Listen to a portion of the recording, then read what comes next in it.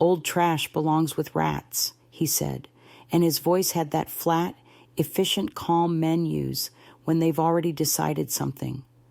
The next moment, his hand was in my hair, pulling, dragging me across the cold tiles toward the garage. I remember the sound before the pain, the scrape of my heels against the floor, the distant clatter of a glass falling somewhere in the kitchen, and then the slam of the door that sealed me in darkness. That sentence, his sentence, kept echoing in my head long after he left. Old trash belongs with rats. I am 82 years old. My name is Margaret Hale. I live now in a one-room assisted studio with beige curtains and a potted fern the nurse says helps oxygenate the space. I water it every morning because it is the only living thing here that depends on me. But I didn't always live alone, and I wasn't always spoken to, like a burden someone had forgotten to take out with the garbage. There was a time I ran a household, taught school, balanced accounts, cooked for a family of 5, and still managed to read a book before bed. There was a time my son, Eric, used to bring me dandelions in his little fist and say, "These are the yellowest flowers in the world, Mama." Somewhere between those yellow flowers and that locked garage door, something went terribly, irreversibly wrong. I suppose if you saw us from the outside, the house, the car, the trimmed hedge, you'd think we were an ordinary family dealing with the quiet inconveniences of aging. Eric would tell people I was staying with them for safety, and I'd nod because it was easier than explaining that the house had been mine once, the deed signed in my name, the mortgage payments coming from my pension after his father died. He said it was temporary, that once he got things in order, we'd put my name back on the papers. I believed him. Mothers do that. We believe long after reason tells us not to. It's not stupidity. It's muscle memory, the way a heart keeps pumping even after it's been broken too many times. In the beginning, he was kind. He'd bring me tea, make little jokes about my crossword puzzles, fix the television when it froze. Then came the slow erosion of small permissions. He took my car keys for my safety. He set up online banking and said he'd handle the bills. He changed the locks because these neighborhoods aren't what they used to be. Each act was dressed in care, but inside it was control, and I let it happen because I still thought he loved me. And love, when you're old, feels like something you shouldn't test too hard. Carla, his wife, was polite in that brittle, managerial way that says, "I'm doing my duty. Please don't make it emotional." She'd bring me herbal tea instead of coffee and call me Margaret instead of Mom. Their daughter, my granddaughter, was the only one who still used the old name, Grandma Maggie, whispered quick and guilty in the hall when no one was listening. I told myself it was enough, that a single kind voice in a house of silence was enough to keep me human. The days blurred into one another. I cooked sometimes, though Carla would reheat and adjust the seasoning. I folded laundry, but she refolded it. I began to feel like a guest in my own skin, useful only in the way an antique vase is useful, decorative, fragile, tolerated. The garage had always smelled faintly of oil and pine from the old shelves my husband built decades ago. After he died, I kept his things there, his sheriff's badge, his service revolver, the box with his handcuffs, and the heavy wool coat he wore on winter patrols. I used to sit there sometimes when the house felt too sharp around the edges, the air thick with judgment. It was the only place that still held his scent, that metallic, clean smell of someone who kept the world in order. Eric hated that garage, said it made him itchy, like ghosts were watching. Maybe they were. Maybe that's why he chose it for what he did. That day had been ordinary until it wasn't. The argument started over paperwork. He wanted me to sign something, some update for the property tax records. The papers were already filled out, neat and professional, with lines I didn't understand. When I hesitated, his tone changed. "Don't start this again, Mom. You always make things harder than they need to be." I said I just wanted to read. That's when the glass fell. He hadn't thrown it, not yet. It slipped, or maybe he pushed it, but it shattered, and something in him snapped with it. I saw it in his face. The boy who used to cry when he broke my teacups was gone. What stood there now was a man who thought of me as an obstacle. He grabbed my wrist first, then my hair. I don't even remember the fall, only the flash of light as my head hit the doorframe. He dragged me down the back steps into the cold air. My slippers came off somewhere halfway. I tried to speak, but the sound caught behind my teeth. The world narrowed to the burn of the concrete and the rhythm of my heartbeat drumming in my ears. Then darkness. I woke up on the garage floor, the smell of gasoline thick in my nose, my hands shaking so badly I couldn't sit up right away. For a while, I thought maybe I'd died. Then the pain in my scalp told me I hadn't. It was almost dawn when I heard the door open, soft steps, the whisper of Carla's voice saying, "You can't just leave her here." He answered, quiet, sharp. "She needs to learn her place." They thought I couldn't hear, but I did. I heard everything. When she finally unlocked the door, she wouldn't look at me.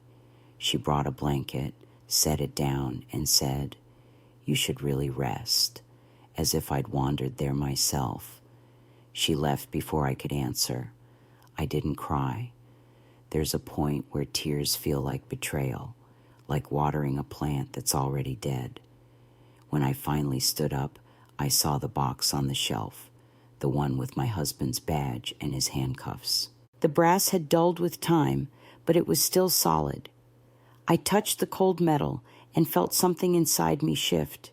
Not rage exactly, more like an ancient alignment, a bone clicking back into place after years of being wrong.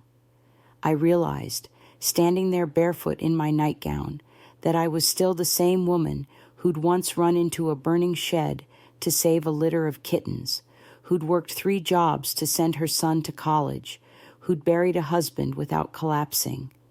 I had been afraid of losing my family, but I had already lost them. What remained was survival, and survival has a different sound. It's quieter, heavier, deliberate. When they went to bed that night, I cleaned the dried blood from my scalp, found my old purse, and slipped the handcuffs inside. I didn't plan revenge. I planned proof.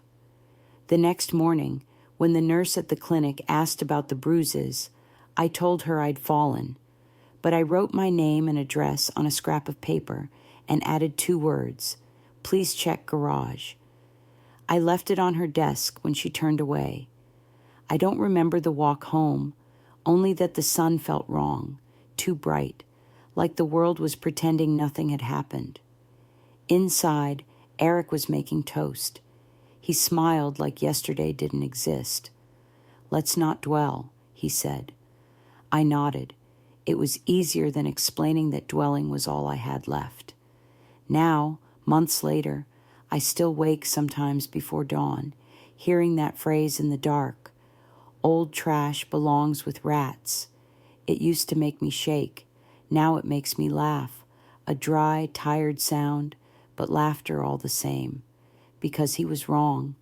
I don't belong with rats. I belong with survivors. I belong with women who learned that silence isn't peace and obedience isn't love. Every morning when I water the fern, I whisper the same line to it, like a promise. He thought I was trash. He forgot I was steel. It began, as most betrayals do, not with screaming, but with paperwork. There was a stack of forms on the kitchen table the next morning, printed neatly in blue ink, each one already marked with yellow flags, where he wanted me to sign. Eric stood behind the chair, his hand on the backrest, the way a salesman steadies his tone before closing a deal. He said it was routine, just something for the property tax office, a clarification of ownership. I had heard those words before in his father's voice years ago when we bought the house together, but then they had meant partnership. Now they sounded like erasure. I asked if I could take a day to look it over, maybe have someone at the bank explain it. He smiled, the kind of smile that doesn't reach the eyes, and said, "Mom, it's not that complicated. You're overthinking again. You always do this." I remember feeling foolish, like a child caught hesitating on a simple math problem. He put a pen in my hand and guided my fingers, his palm heavy over mine. For a second, I wanted to pull away, but the years of wanting peace were stronger than any impulse for defiance. So I signed. The ink soaked into the paper like blood into cloth, spreading faster than I could stop it. He took the pages immediately, folding them into a manila folder and sliding them into his briefcase. "See? Easy," he said, kissing the top of my head. I could smell his aftershave, citrus and metal, and for a moment, the scent made me dizzy. Later that day, Carla came home from her yoga class, humming something cheerful, her cheeks glowing with that performative calmness she wore like armor. She was carrying a bundle of linen napkins and a set of candles shaped like pears. She asked me how I was feeling, and I said fine, which was the language we all spoke in that house. Fine meant silent. Fine meant don't ask. Fine meant you've accepted your place. She busied herself arranging the napkins on the dining table, talking about an upcoming neighborhood fundraiser, about how they were finally getting the house in order. When I asked what she meant, she just smiled and said, "It'll be nice to have everything settled, won't it?"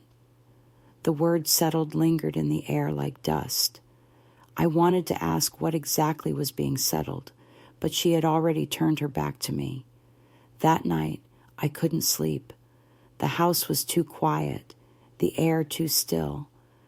I went to the window and looked out at the streetlights flickering over the cul-de-sac, the same lights I used to stand under when Eric was a boy, waiting for him to come home from school.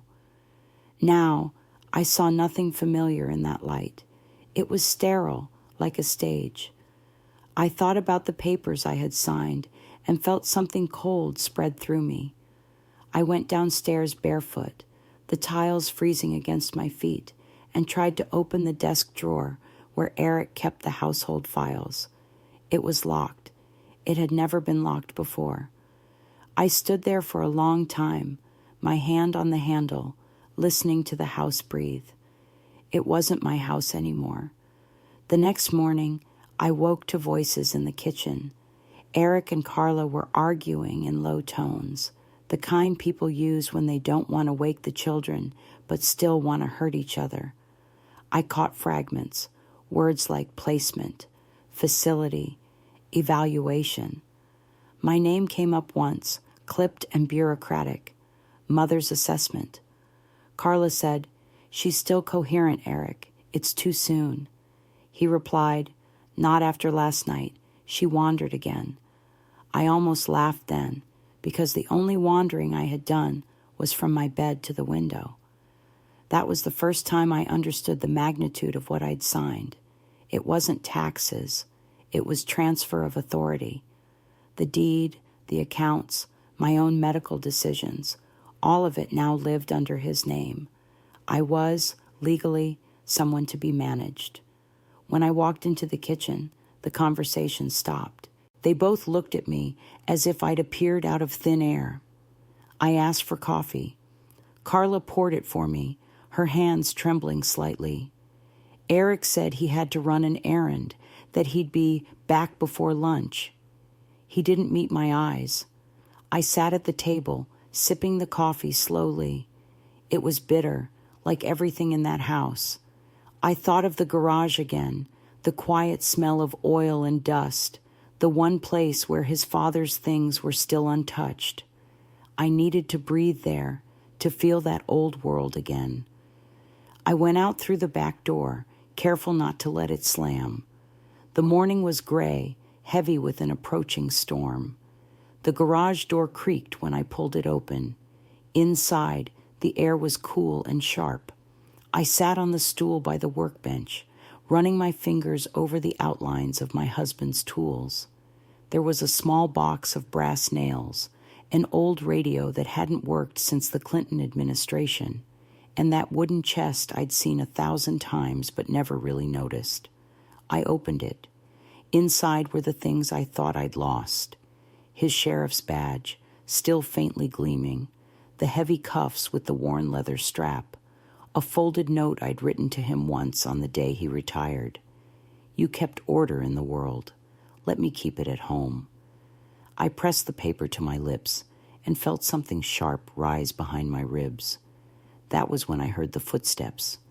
Eric stood in the doorway, his silhouette filling the frame. He looked enormous, not because of his size, but because of the power he held now, legal, financial, and moral, the trifecta of quiet tyranny. "Mom," he said, his voice measured, "what are you doing out here?" I told him I was just looking for something of his father's. He stepped closer. "You shouldn't be in here. It's not safe." I almost laughed at the irony of that sentence.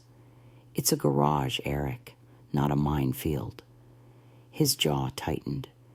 "You've been going through things, papers, drawers. Carla said you were snooping." The accusation came so easily, as if rehearsed. "I live here," I said softly. "I'm not a thief." He moved closer again, until the smell of his aftershave cut through the air. "You signed everything over. You said you trusted me, and now you're acting like I'm the enemy." I said nothing. He hated silence. It made him feel small. "Don't look at me like that," he snapped, "like you're disappointed. You had your turn, Mom. You ran your life. Now it's mine. You're lucky I'm even keeping you here." It was such a small thing, that sentence, but in it was the whole story, the shift from son to warden. I turned to leave, but his hand caught my arm. The grip wasn't gentle. I tried to pull away, and that's when the anger flared.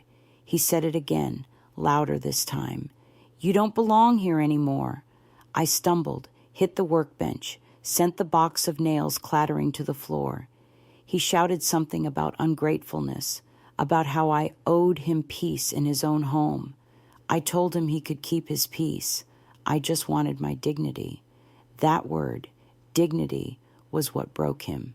He shoved me back, and I hit the wall, the air bursting out of me. Before I could regain my balance, his hand was in my hair again. The rest happened quickly. The pull, the drag, the slam of the door, his voice echoing through the darkness. "Old trash belongs with rats." I remember the sound of the latch locking from the outside, that metallic click so final it made my knees buckle. I screamed once, then twice, but the walls swallowed the sound. I sat on the floor, shaking, the smell of dust thick in my throat. At first, I thought he'd come back in a few minutes, that it was just another fit of temper. But the minutes stretched into hours. The light under the door faded from gold to blue to black. I tried to count the seconds to stay awake. I thought of my husband's badge, of the oaths he used to swear about justice and order. I thought of Eric as a boy, kneeling in the yard beside his father, trying to polish those same boots he now trampled me with. Somewhere between those thoughts, I fell asleep sitting up, my back against the cold wall. When I woke, it was morning. My tongue felt like sandpaper. My legs were numb. The door creaked open slowly, and Carla's silhouette appeared. She had a blanket over her arm and eyes rimmed red. "You shouldn't have provoked him," she whispered. "He's been under a lot of pressure." I wanted to laugh, but the sound caught in my throat. Provoked him, like kindness could provoke cruelty, like survival could provoke violence. She helped me stand, guided me to the kitchen, and pressed a glass of water into my hand. "You need to rest," she said again, that same rehearsed sympathy, as if she were comforting a stranger on the news. I didn't answer. I looked at the clock. It was 7:10 a.m. I'd been locked up all night. When Eric came down, freshly showered, dressed for work, he acted as though nothing had happened. "Morning, Mom," he said, cheerful, casual, slicing a banana into his cereal. "Let's not dwell on last night, okay? We both lost our tempers." Both. That word. Equal blame for unequal harm. I nodded because I needed to survive the day. He kissed the top of my head before leaving, like a parody of tenderness, and I sat there watching the milk swirl in his bowl long after he was gone. The garage key hung on the hook by the door. I looked at it for a long time before taking it down and slipping it into my pocket. That was the moment I stopped being a victim and became a witness. The paperwork had stolen my name, but the truth was still mine. I wasn't done yet. After that morning, the house changed its temperature in a way that no thermostat could measure. The silence thickened. The air carried something metallic and cautious, as if every word might set off an alarm. Eric moved through the rooms with a controlled gentleness that frightened me more than his anger. He was courteous now, solicitous even, asking if I'd taken my pills, reminding me about my appointments, offering to bring tea I never drank. That's how abusers rewrite a narrative. They stitch politeness over violence and call it healing. Carla joined the performance, moving with rehearsed domesticity, arranging flowers, playing soft music in the afternoons, leaving the television on at low volume so that the house would sound alive even when no one was speaking. The morning after the garage, she knocked on my door and said she had booked me a hair appointment at a quiet place that specializes in seniors. She smiled when she said it, but her eyes were tired. I looked at her and said, "You should cancel it. I like my hair as it is." Her mouth tightened in that managerial way of hers, the one that meant she'd already decided I was being unreasonable. Later, I found a brochure for an assisted living facility tucked between the pages of my crossword book. There was a circle around a line that read, 24-hour supervision and compassionate care. I tore it into pieces and flushed them one by one. In the following days, Eric took away my small freedoms under the soft pretense of concern. He started driving me to my doctor appointments himself. "No need for cabs anymore," he said. "You know how forgetful you can be with directions." When I reached for my handbag at the clinic, he'd already handed the receptionist my insurance card. "Just trying to make it easier," he'd say, with that professional calmness of a man doing something kind. The nurses looked at us with the same glance I'd seen them give to other mother-son pairs. Pity for the child burdened by an aging parent, admiration for his patience. No one saw the subtle tightening of his jaw when I thanked them instead of him. No one noticed how he'd guide my elbow a little too firmly through the door. At home, he began organizing my belongings. Decluttering, he called it. My husband's coat disappeared first, then the box of his service medals. When I asked where they'd gone, Eric said they were in storage to keep them safe from dust. I didn't believe him, but I didn't argue. Every time I spoke, he countered with that tone, measured, rational, factual. "You've been misplacing things lately, Mom. Maybe we should get someone to help you keep track." One afternoon, I found a calendar pinned to the fridge with my week neatly charted out in colored ink. Medication in blue, meals in green, quiet rest in pink. I stared at that last color for a long time. When he came in, I asked, "What is quiet rest?" He said, "It means don't overexert yourself. You mean don't exist, I thought, but I didn't say it. The garage key vanished 2 days later. When I asked, he said he hadn't seen it. I searched the kitchen drawers, the hallway cabinet, even the laundry basket. It was gone. The next time I tried to open the back door, it stuck. He'd replaced the lock. For security, he explained. There have been break-ins nearby. That word again, security, the polite costume of imprisonment. At night, I heard the faint click of the keypad on the alarm system. He'd added a new code, one I didn't know. I lay awake counting those clicks, each one another subtraction of self. The only witness to my quiet vanishing was Lily, my granddaughter, 14, and observant in the way children are when adults underestimate them. She'd come into my room when Carla thought she was asleep, sit on the edge of the bed, and whisper about school, about her friends, about how her father was weird lately. One night she asked, "Grandma, are you scared of Dad?" I told her no, because she was too young to carry that truth. She looked at me for a long time before saying, "I don't think you should let him boss you around." I smiled and said, "I won't," though I already was. When she left, she slipped a folded note under my pillow. It said, "I believe you." I read it over and over until the paper softened at the creases. There were other signs that I was being erased from my own life. The mail stopped coming to my name. When I asked about it, Eric said everything was set up electronically now, more efficient. My pension deposits, my medical correspondence, even the subscription to the gardening magazine I loved, all redirected. The phone line in my room went dead because of faulty wiring. The repairman never came. The television remote vanished, replaced with one that only accessed streaming services under their account. I could watch what they chose, when they chose. It was like living in a museum of my own disappearance. Once, when I ventured into the backyard, the neighbor, Mrs. Chen, waved at me from her porch. We used to share tea and stories about our late husbands, but lately she'd stopped visiting.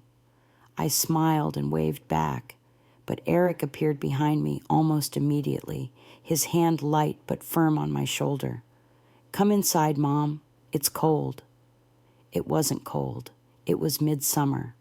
Mrs. Chen's smile faded as the door closed. The next week, I saw a for sale sign appear on her lawn. I wanted to ask her what had happened, but by then, the only person I ever spoke to regularly was the nurse who came once a week to check my blood pressure. Even she had started calling me sweetheart in that tone, reserved for patients who no longer make decisions. I started to feel like a ghost haunting my own home. I moved quietly, avoided making noise, avoided the questions that led nowhere. At night, I'd open the window just to hear proof that the world still existed beyond those walls, the hum of traffic, a barking dog, the occasional siren. Each sound reminded me there were people who didn't have to ask permission to breathe. But the nights grew longer and the air thicker with unspoken things. Then came the day he called a family meeting. Carla sat beside him at the table, hands folded, eyes fixed on a spot just beyond me. Lily wasn't there. Eric began with the tone of a man delivering difficult but necessary news. "Mom, we've been thinking about your future. It's getting hard for us to make sure you're safe here. You nearly fell again last week." I hadn't fallen. I'd tripped on the rug because he'd moved the coffee table without telling me. "There's a place," he continued, "a good one. They specialize in people your age. It's close. You'll have your own space." I asked, "Will it have locks on the doors?" He frowned. "What kind of question is that?" "A real one," I said. He sighed, pinched the bridge of his nose, the gesture he used to perform patience. "We're trying to help you, Mom. You don't seem to understand that this is for the best." I wanted to scream, but my voice came out calm, almost polite. "Who's best?" His expression shifted, the mask slipping just enough to show the irritation beneath. "You're impossible," he muttered, pushing back his chair. Carla stood quickly, collecting the dishes, though dinner hadn't started. I sat there for a while after they left, my hands folded around the cool edge of the plate, listening to the faint ticking of the clock. The next morning, my bedroom door stuck when I tried to open it. I pushed harder, and it gave way after a second. Later, I realized he'd installed a new hinge that creaked loudly, an alarm of sorts. That was the moment I began planning in earnest. I started keeping notes, small details on scraps of paper tucked inside the lining of my pillowcase. Dates, phrases, little records of everything he'd taken. I even wrote down the exact time he armed the security system each night. It wasn't rage that drove me. It was clarity. I needed to see it in writing to believe I wasn't losing my mind. One evening, Lily found me in the living room staring at the turned-off television. She sat beside me, slipped her hand into mine, and whispered, "I'm sorry about the garage. I heard them talking. I wanted to come, but Mom said it wasn't safe." The air left my chest like a sigh. "It's not your fault," I said. She looked at me with the sharp sadness of someone much older. "He says you don't remember things right anymore, but I think he's wrong." I smiled faintly and said, "Memory's the only thing he can't take, darling." After she went upstairs, I wrote that sentence down too. The first escalation wasn't a single explosion. It was a quiet corrosion. The house itself seemed to conspire with him, its locks changing, its light dimming, its walls tightening around me. I started seeing my reflection in the hallway mirror differently, smaller, less defined. There were mornings I didn't recognize the woman staring back. But every night, before I turned off the lamp, I reached under the pillow to touch those scraps of paper. Proof that I was still documenting, still aware, still me. I began hiding small things too. A spare house key under the planter by the porch, a $10 bill inside the spine of an old book, the phone number of the local police station scribbled behind a framed photo. They were crumbs leading out of the forest.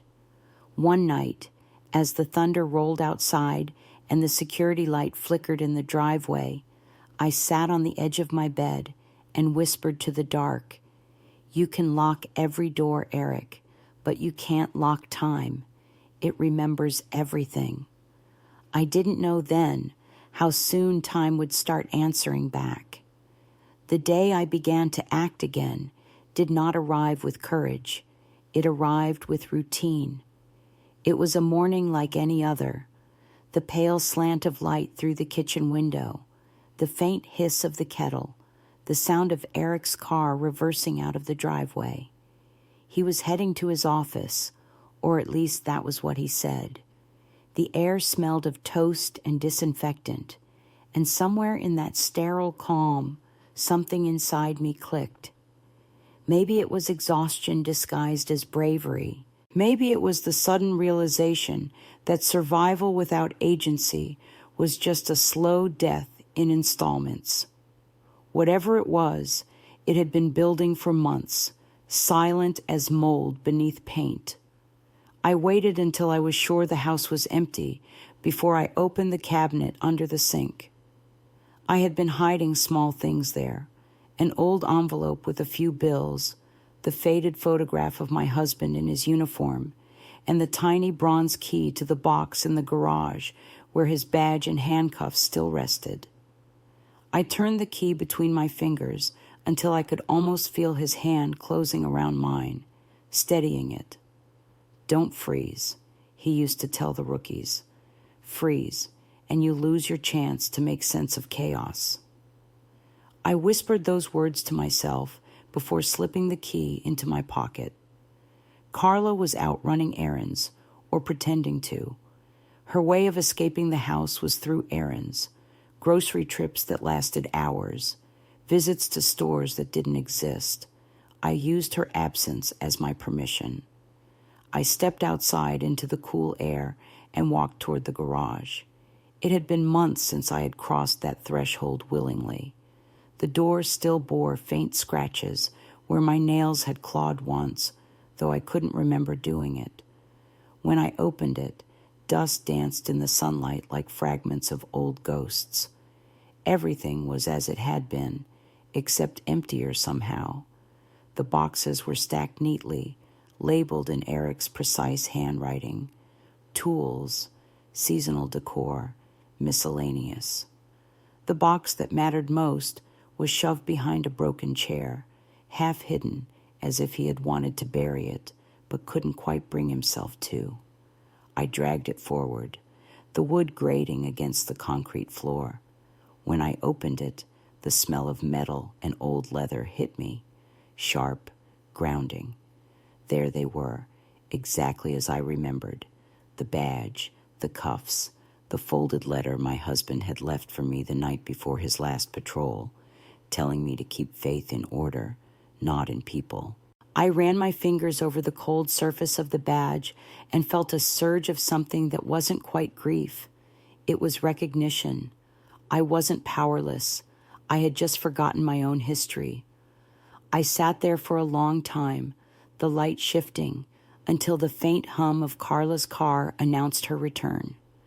I closed the box carefully, locked it again, and covered it with an old tarp.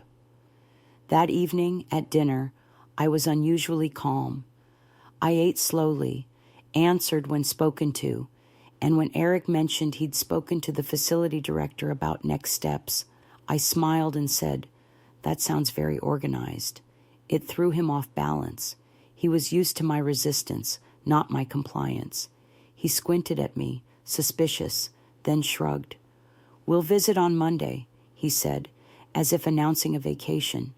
"You'll like it there. They have activities."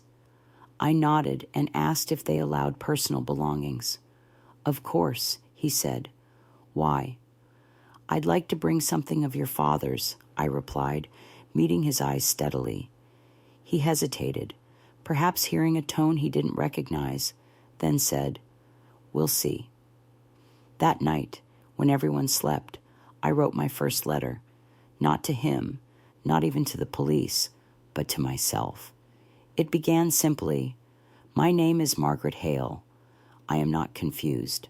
I am of sound mind. If anything happens to me, it is not an accident." I wrote every detail I could remember, the night in the garage, the missing possessions, the locked doors, the forged papers. I folded the pages and placed them in an envelope marked "For Lily." Then I hid it behind the drawer lining of my nightstand. It wasn't enough, but it was a start. The next morning, Carla tried to engage me in small talk about the facility again. "They have a garden," she said, her voice bright but trembling. "You can grow things there." I asked if rats lived in the garden. She flinched, color draining from her face. What an awful thing to say. I smiled gently and said, "Just wondering." She left the room without finishing her coffee. After that, I noticed she began keeping her distance, moving around me like a person afraid of contagion. I could see the cracks forming, the guilt, the avoidance, the quiet terror of someone realizing the story she's been telling herself no longer holds. She was a coward, yes, but not evil. Her cowardice was the glue that kept Eric's cruelty in place. Without her silence, he'd have to hear himself. Days passed, and the house settled into a tense rhythm. I continued my quiet preparation. I started walking to the mailbox every afternoon under the excuse of stretching my legs. I made sure to greet the mail carrier, a kind woman named Denise, who often stopped to chat. One day, I told her, "My son sometimes forgets to give me my mail. If a letter ever seems important, Could you hand it to me directly? She nodded sympathetically. That was my insurance policy, a witness who knew my name. I even managed to retrieve a small prepaid phone I'd hidden months earlier in a tin of sewing supplies. The battery was weak, but it worked. I programmed only one number into it, the local police non-emergency line. I told myself I would use it only if I had proof, not just fear. Fear was too easy to dismiss. The proof came sooner than I expected. On Friday evening, while clearing the table, I overheard Eric on the phone in the hallway. His voice was low but agitated. Yes, she signed everything. No, she doesn't even know it. Just make sure the transfer clears before next week. There was a pause, then laughter, not joy, but relief. No, she won't cause trouble. She's docile. The word stung more than any slap could have. Docile, like an animal. I stood behind the doorway, my breath shallow, my hand trembling around the dish towel. When he hung up, I walked back to the table, sat down, and kept drying the same glass until my fingers ached. That was the moment I decided there would be no Monday visit, no facility, no quiet surrender. That night, I went back to the garage. I brought a small flashlight and the bronze key. I opened the box again and took out the handcuffs, running my thumb over the etched numbers on their inner rim. They were heavier than I remembered, solid, functional, unbreakable. I held them against my chest for a moment and whispered, "You always knew I'd need these, didn't you?" I placed them carefully in my purse, along with the letter to Lily. Then I closed the box and left everything else untouched. I wasn't sure yet what I would do, only that doing nothing was no longer possible. When I returned to the kitchen, Carla was standing there in her robe, startled. "What are you doing up?" she asked, her voice thin. "Couldn't sleep," I said. "Memories." She glanced at the purse, her eyes flicking toward it like a nervous bird. "Eric worries about you when you wander," she murmured. "Tell him he needn't," I said softly. "I'm finding my way back." She didn't reply, but the next morning she left the breakfast tray outside my door instead of knocking. The gesture wasn't kindness. It was fear disguised as courtesy. Over the next days, I kept to my room, conserving strength. I rehearsed what I would say, how I would sound when I made the call.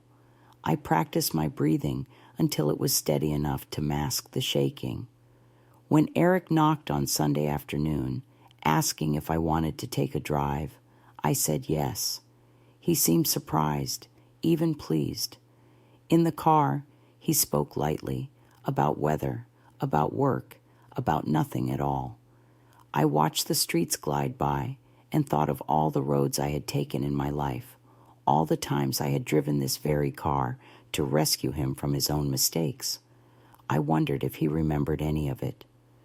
When we returned home, I thanked him. It was the first time I'd said those words without meaning them, and he didn't notice the difference. That evening, I called the police station from the prepaid phone. I didn't give my name.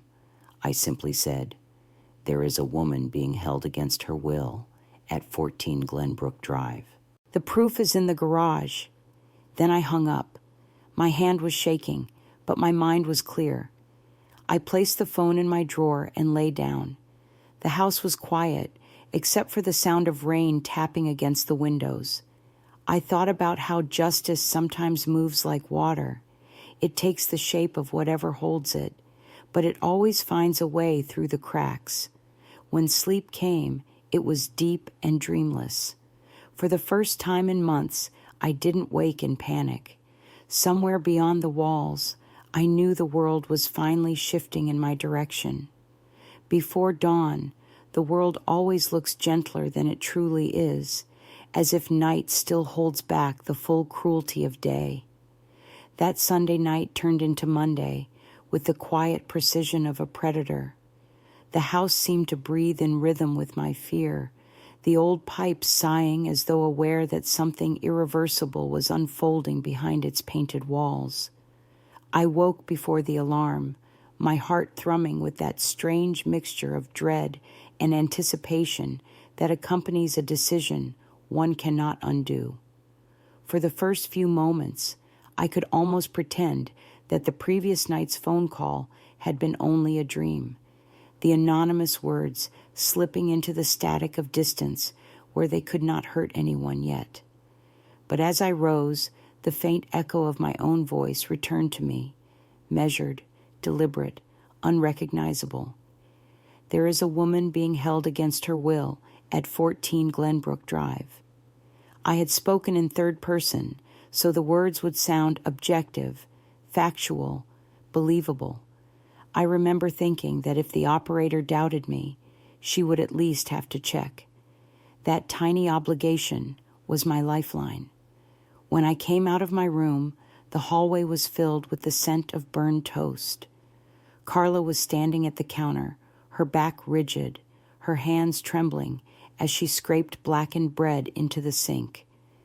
"You're up early," she said without turning around. I told her I hadn't slept. She nodded, not meeting my eyes. I watched the way her shoulders hunched inward as if bracing for an unseen blow. "He's in a mood today," she murmured after a moment, her voice barely audible. "He didn't sleep either." I wanted to ask why, but I already knew. Something in him sensed that the fabric of control had begun to fray, that the version of reality he had built was no longer airtight. Predators often smell their own undoing long before it arrives. It makes them dangerous in new ways. Eric came into the kitchen then, freshly shaven, his tie knotted too tightly, his face a study in false composure. He kissed Carla's cheek perfunctorily and greeted me with that brittle politeness he used in front of witnesses. "Morning, Mom. How did you sleep?" "Soundly," I lied, my voice steady. He studied me for a few seconds longer than usual, perhaps searching for some sign that I remembered, or worse, that I understood. Then he shrugged and said, "We'll visit the facility today, 10 o'clock. It's all arranged." My stomach clenched. The facility, his tidy euphemism for exile.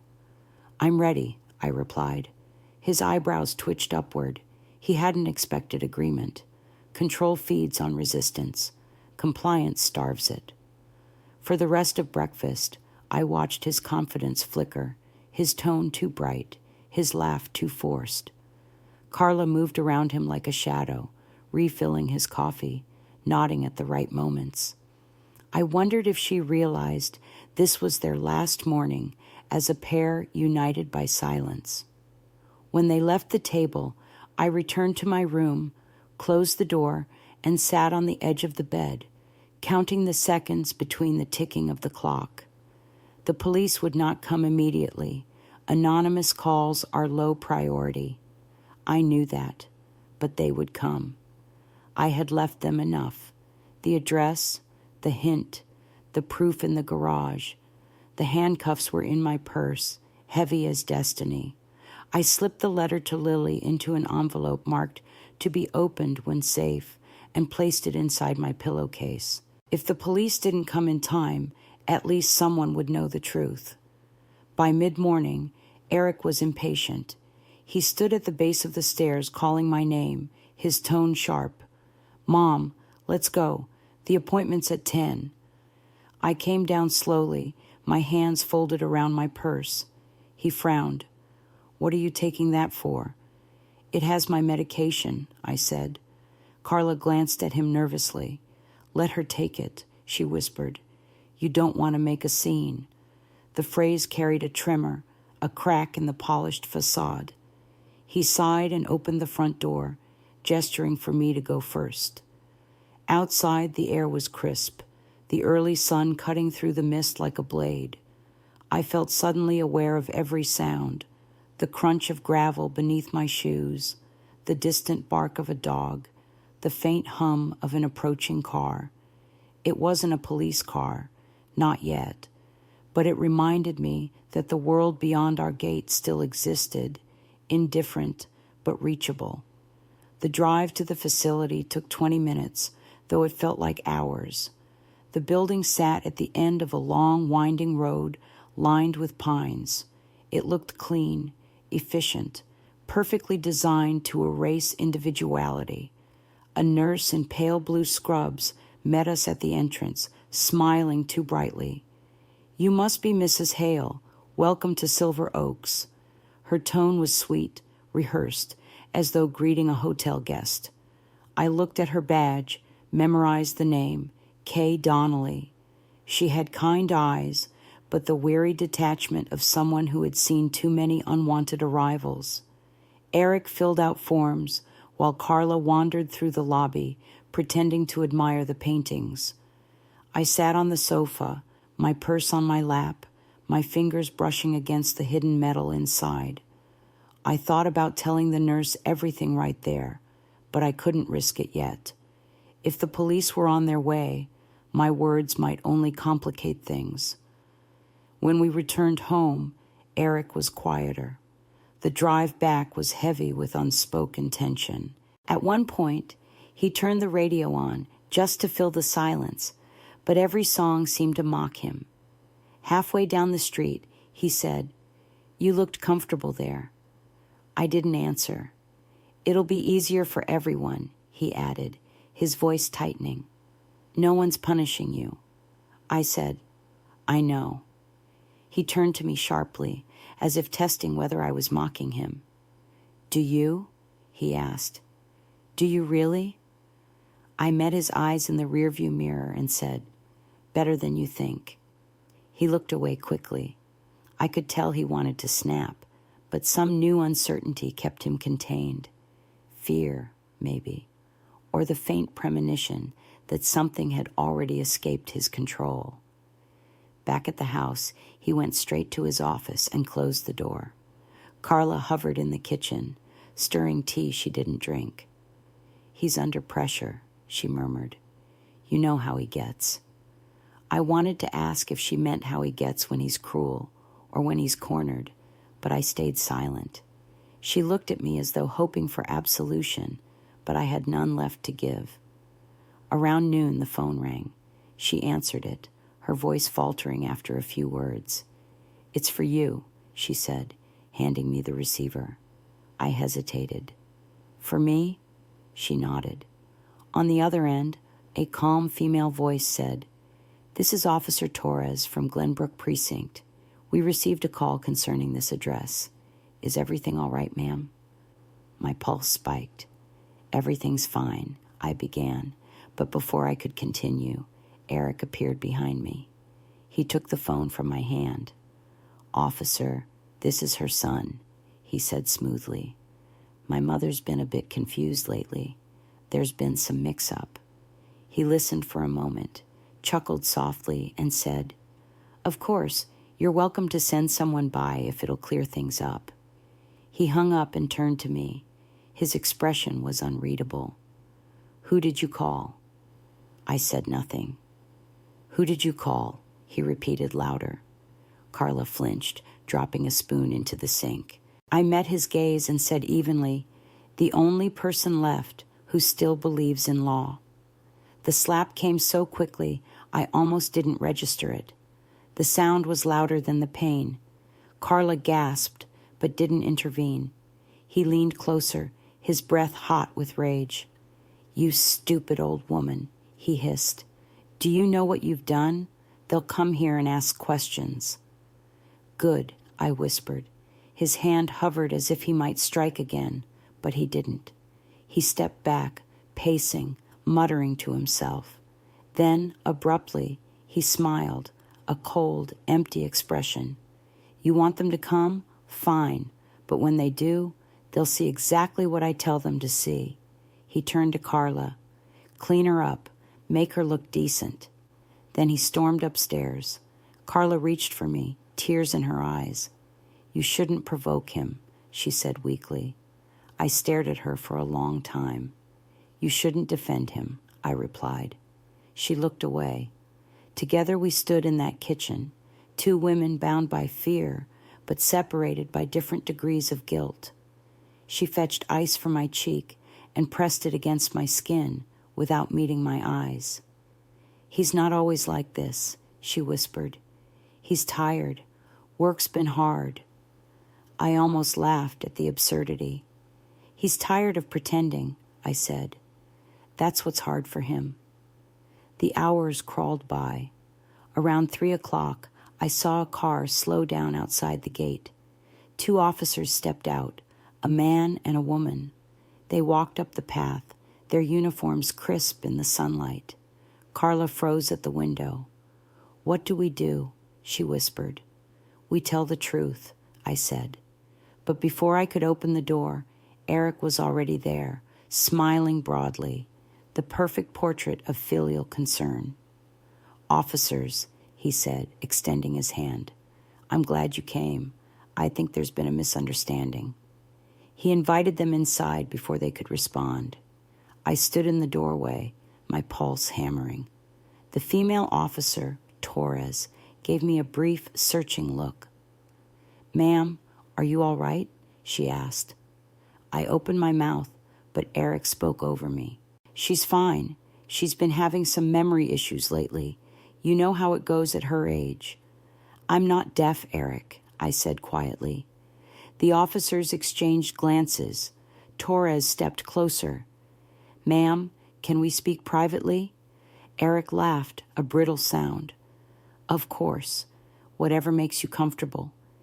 He gestured toward the living room, but as I turned, his hand gripped my arm just hard enough for the officers not to see. It was a warning. In that moment, the years of fear coalesced into clarity.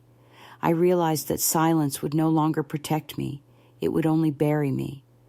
I took a deep breath and said, "Officer, there's something in the garage you should see." Eric froze. "Mom," he said through gritted teeth, "don't start this again." "She said the garage," Torres replied firmly. "Let's take a look." We walked together down the hallway, the afternoon light stretching long across the floor. My steps were slow but steady. At the door, I hesitated. My hand trembled as I reached for the knob. The air was thick, charged with years of unspoken history. I turned it. The door creaked open, the familiar smell of oil and dust filling the space. "There," I said softly, pointing to the covered box in the corner. "That's where he locked me. That's where I kept the proof." Torres lifted the tarp, revealing the box. She opened it and found the badge, the note, the empty spot where the handcuffs had been. "Where are they now?" she asked. I reached into my purse and handed them to her. "Here," I said. "They belong to my husband. I thought they should serve justice again." For a long moment, no one spoke. Eric stood behind us, his face drained of color. "She's delusional," he said hoarsely. "This is ridiculous." But his voice lacked conviction now. Torres examined the cuffs, then looked at me with something like respect. "We'll need to take a statement, ma'am." "Gladly," I said. What followed was both chaos and calm. Backup arrived. Carla sobbed in the kitchen. Eric tried to shout, then pleaded, then demanded lawyers. None of it mattered. I sat at the table, my hands folded neatly, while the officers moved through the house. They found the documents, the altered deeds, the medications labeled in someone else's handwriting. Every small cruelty had left a trace. Every erasure had a paper trail. When Torres finally read him his rights, I felt the air shift. Not triumphant, not vengeful, just balanced, as though gravity had finally remembered where it belonged. When they led him outside, the morning sun had returned, pale and indifferent. I watched through the window as they placed the cuffs, my husband's cuffs, around my son's wrists. The sound of metal closing was softer than I imagined, almost gentle. I didn't cry. There are no tears left for justice, only silence. And in that silence, For the first time in years, I could hear myself breathing freely. At dawn, the street looked rinsed and pale, the kind of light that makes everything honest, whether it wants to be or not. And in that clarity, I stood very still in the foyer while the officers moved with quiet, professional certainty through the house that had once been my name on paper, and then my prison, and now, finally, my evidence.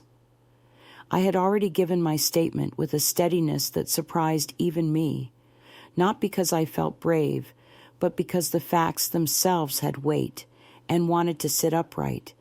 And when Officer Torres asked again whether I wished to press charges, I heard the old part of me, the one trained to smooth, to minimize, to absorb, try to lift its head, but another voice, older than motherhood and younger than grief, answered first and said, "Yes, I do, and I want a restraining order, and I want Adult Protective Services notified, and I want to revoke every document signed under duress because I was not confused, I was controlled."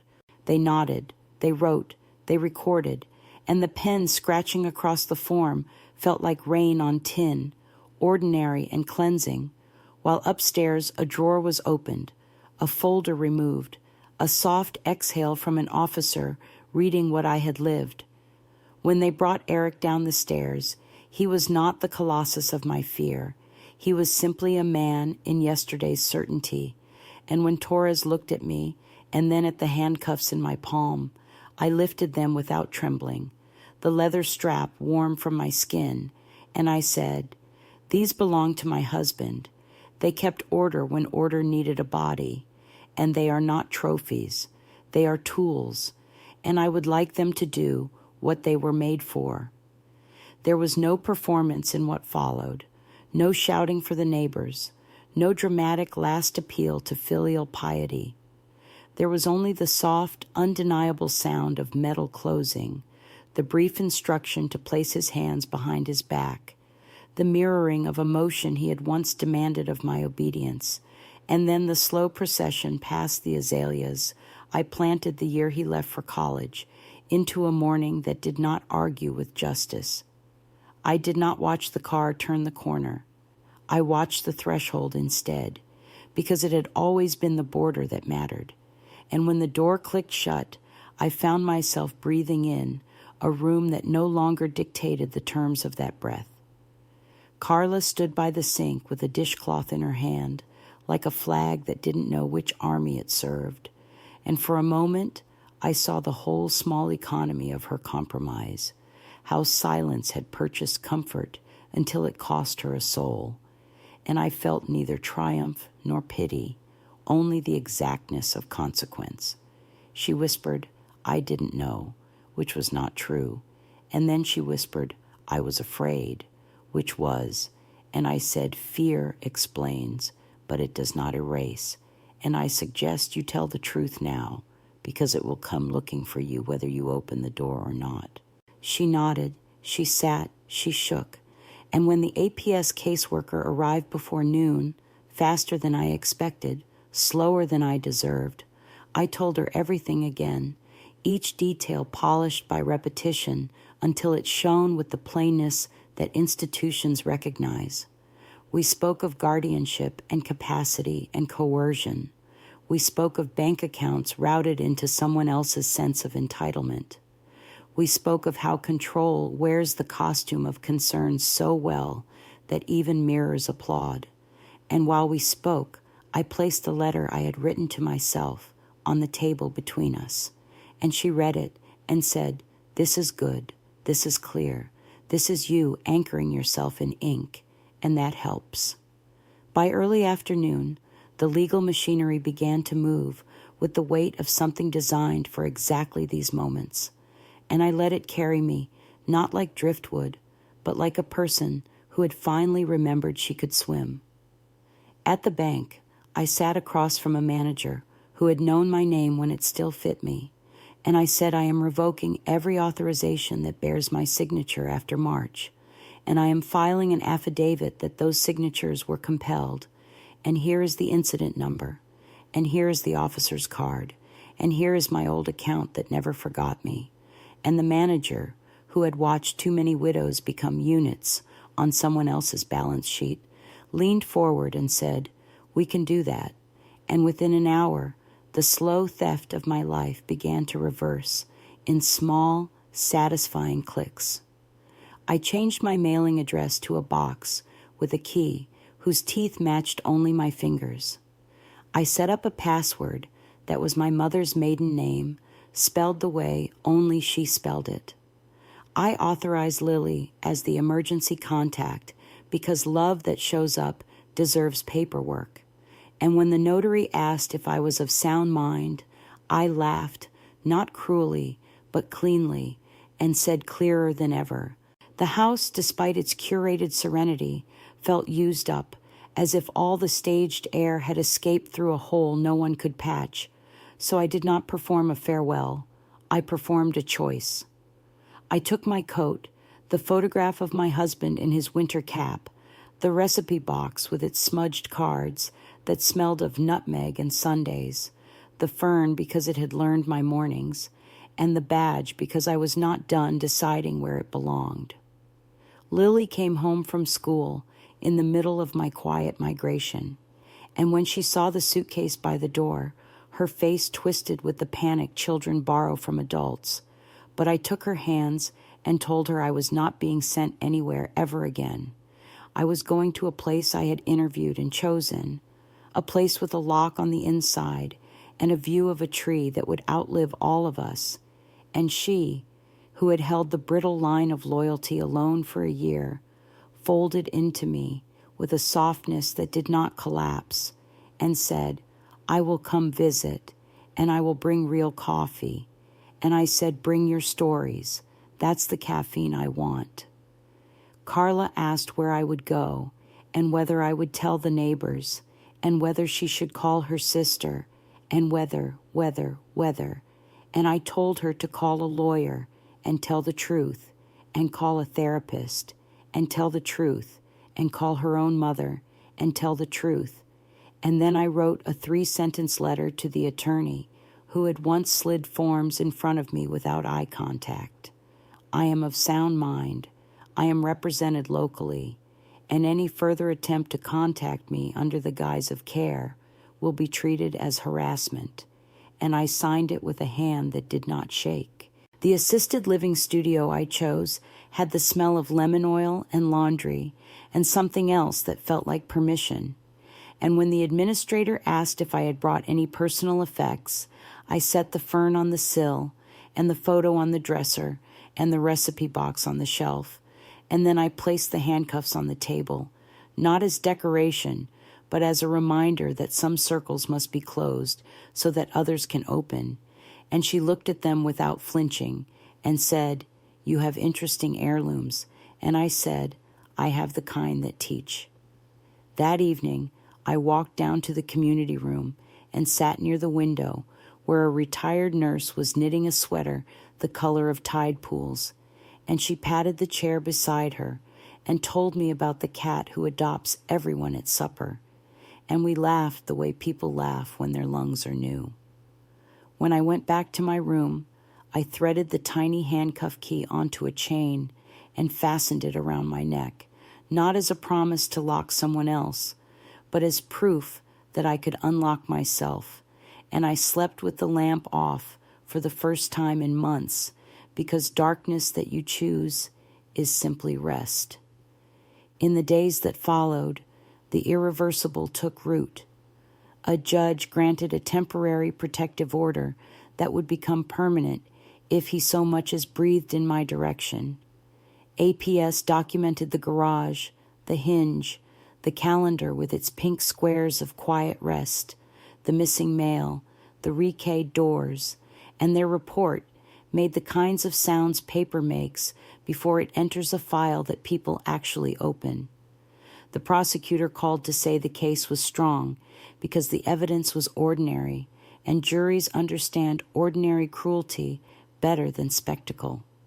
Lily gave a brief, careful statement that didn't wound her further, and her voice, recorded, sounded like a bridge built out of careful boards.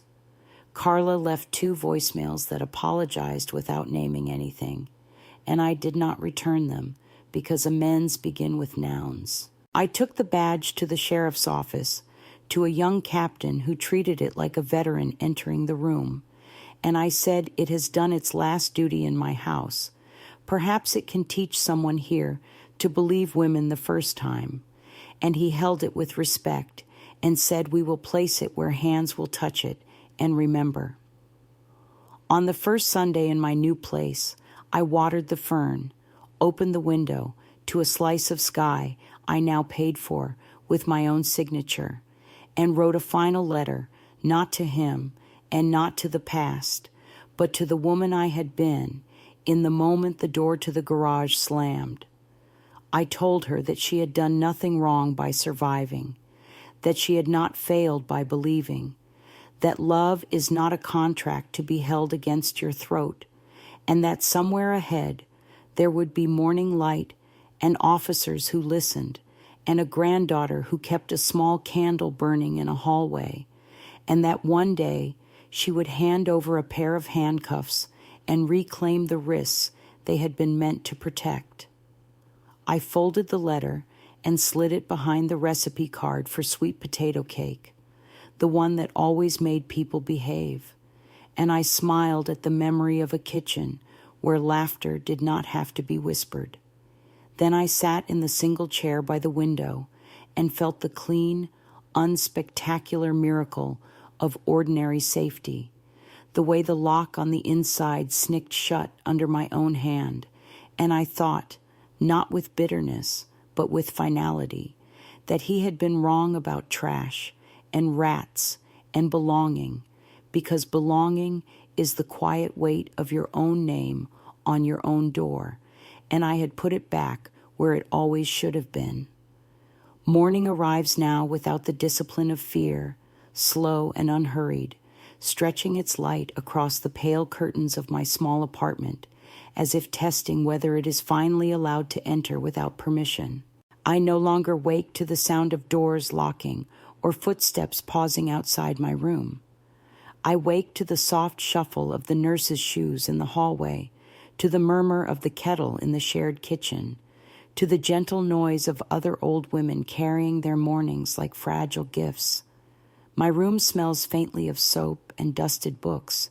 The air is dry but honest, and the walls, bare and soft with light, seem to keep no secrets. It is strange how silence feels when it is not weaponized. For so long, silence was a sentence I served. Now it is something I own, a room in which I can think without permission. I sit by the window each dawn, with the fern at my elbow and the badge I return no longer on the table, but in memory, and I listen to the low hum of a world that has kept turning without my supervision. I am 82, and for the first time since I was perhaps 20, I live without someone's shadow arranged across my choices. They tell me the case will take months, maybe longer. The lawyers use words like procedural and pendency, and I nod because the machinery of law is slow, but it moves. Eric has been denied bail. Carla has testified. The prosecutor said her statement was the hinge that closed the door completely. I don't read the local paper, but I know his name is there somewhere, tucked among the statistics of ordinary crimes that make neighbors shake their heads and say, how could anyone do that to his own mother? The question is asked as though cruelty were a riddle instead of a habit. I do not hate him. Hate would be another thread binding me to his story. What I feel now is something quieter, something like the way a wound stops aching the moment before it scars. Sometimes I remember his face in the moments before the police led him away. Not the shock or the fear, but the small, flickering recognition that I was no longer his captive audience. That look was my freedom made visible. Here, in this quiet place, I have begun to notice things I had forgotten existed. The sound of rain on metal gutters, the way steam curls above a cup of real coffee, not the decaffeinated swill they insisted I drink for my heart. The simple, fierce joy of choosing my own breakfast. On weekends, Lily visits. She brings me photographs from school, stories from her small rebellions against the world, and a hunger for truth that I recognize as inheritance. We walk slowly along the path that loops around the garden, the one lined with uneven paving stones that demand your attention so you don't stumble. And she tells me about the book she's reading, about how she wants to study law now because she wants to understand how power pretends to be logic. I tell her that truth needs witnesses, not just laws, and she laughs because she already knows. Sometimes she touches the chain around my neck, the one with the tiny key, and she asks, "Does it still fit?" And I tell her it does, though I hope I never need to prove it again. She doesn't ask about her father much, but when she does, her eyes are steady, and I answer her honestly. He forgot that love isn't ownership, and when people forget that, they lose everything worth having. She nods, and we change the subject. Healing doesn't require dissection. Sometimes it's enough to name the wound and let it close. In the evenings, I sit on the small balcony that overlooks the parking lot and the thin strip of garden someone planted long before I arrived. There's a wooden bench there, crooked and soft with age, and sometimes the retired nurse, her name is Eliza, joins me. She brings chamomile tea and stories about her years in emergency wards, where people screamed and bled and survived, and she says survival has a sound she still can't forget. We don't talk about violence, not directly. We talk about memory, about how the body learns to expect certain kinds of silence, and how long it takes to unlearn that anticipation. Once she said, "People think recovery is about forgetting. It's not. It's about remembering without imploding." I like that. I told her I was still learning not to flinch when someone knocks, still learning that raised voices in the hallway aren't always meant for me. Some lessons take longer when you start them late in life, but every time I manage not to shrink, it feels like an anniversary of something I can't quite name. Sometimes I dream about the garage. In the dream, the light is different, softer, not that dim, suffocating gray, but a golden afternoon light that smells of wood and soap. My husband stands by the workbench, his hands clean, his eyes steady. He doesn't speak, but I hear the words he used to say when he came home from patrols. "Order isn't about control, Maggie. It's about decency." I wake with those words folded neatly inside me, like instructions written in invisible ink. They are my creed now. I no longer measure justice by punishment. I measure it by the space it leaves behind for dignity to breathe again. I write sometimes, not in letters or diaries, but in fragments, sentences that begin nowhere and end in understanding. You cannot be erased by people who never learned to see you. Some cages are soundproof. Freedom begins the first time you hear your own voice again. Peace is not quiet. It is the absence of humiliation. These small pieces live on the backs of envelopes, in margins of library books, on napkins in the dining hall. I don't keep them. I leave them behind. Maybe another woman will find them. Maybe they will mean nothing. But maybe one morning, someone sitting alone at a table will read a few words and think, "I am not crazy. This happened to someone else too." That thought alone might save her a year of silence. If it does, then all of this, the pain, the trial, the years of diminishment, will have been worth something. When the sun sets, I close the curtains, not because I'm afraid, but because I choose when to see the world and when to rest from it. That choice is the smallest luxury and the greatest power. I make tea, feed the fern, check the lock, old habits softened into rituals, and then I sit in my chair, the one angled just right to catch the light from the lamp without glare.